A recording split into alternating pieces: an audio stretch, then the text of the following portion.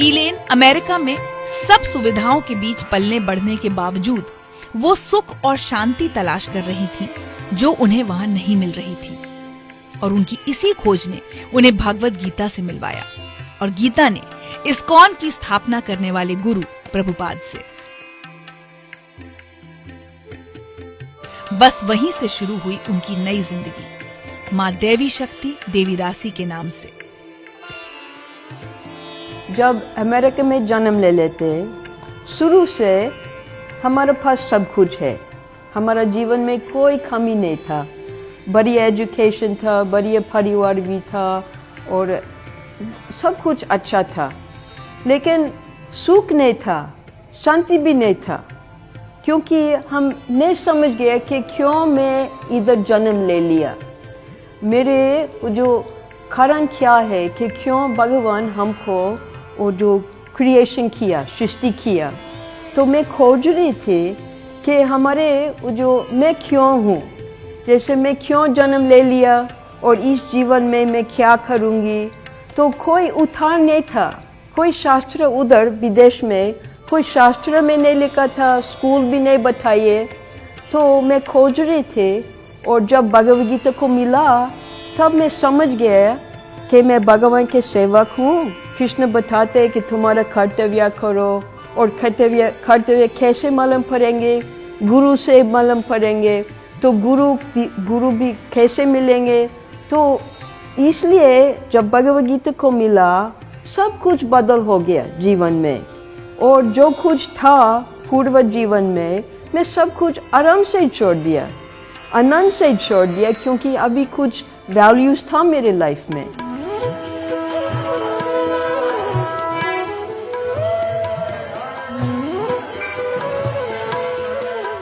आपकी फैमिली, वो तो गुस्सा हुए होंगे आपके पेरेंट्स? अरे मेरे परिवार मेरे को पूरा एकदम छोड़ दिया, जैसे मैं पागल थी। वो बिल्कुल कभी नहीं देखा। अमेरिका में 1960s में वो ऐसे कभी नहीं देखा। वैष्णव लोग योग भी नहीं सुना, कुछ भी नहीं सुना, और धर्म बिल्कुल अलग है।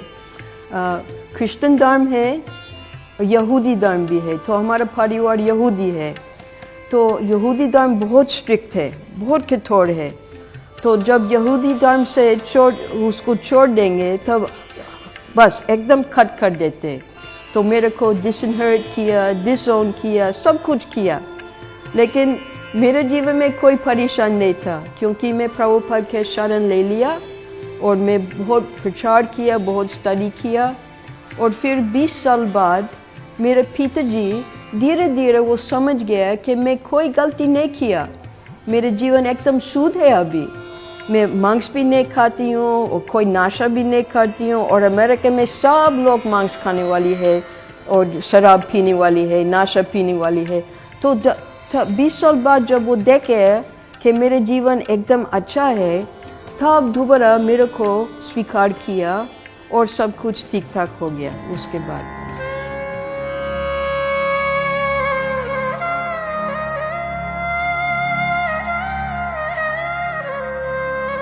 भागवतम में पूरा विवरण है कि वृंदावन कैसे है। हम घूमने नहीं किया, हम केवल वृंदावन आए, और वृंदावन ये कृष्ण का लीला स्थान है।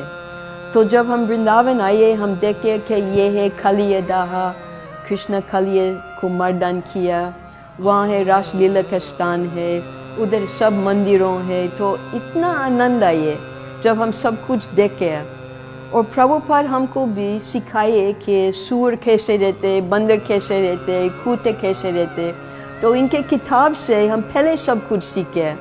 तो जब हम इधर आए हम समझ गया कि इस वो जो संस्कृति बिल्कुल अलग है अमेरिका से, लेकिन ये सबसे महान संस्कृति है, वैदिक संस्कृति है।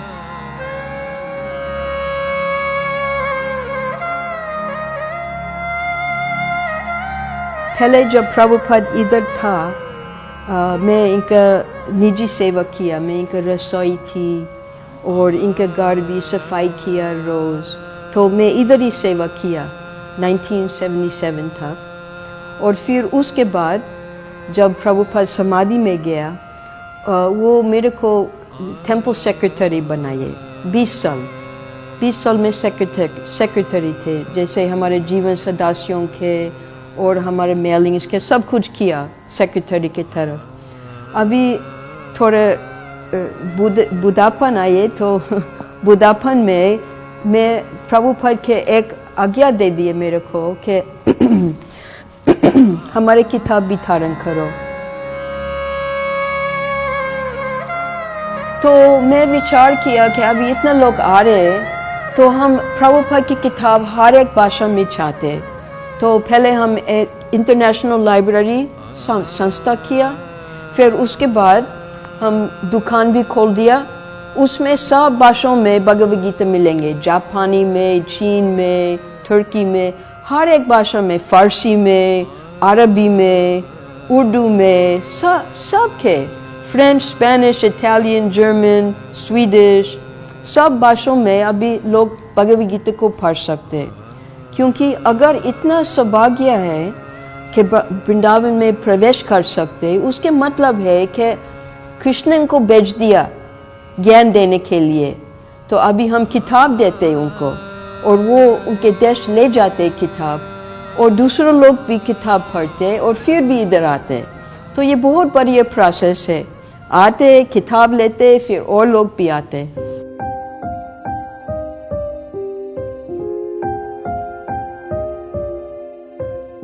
माँ देवी शक्ति ने भारत में ही शादी की और उनकी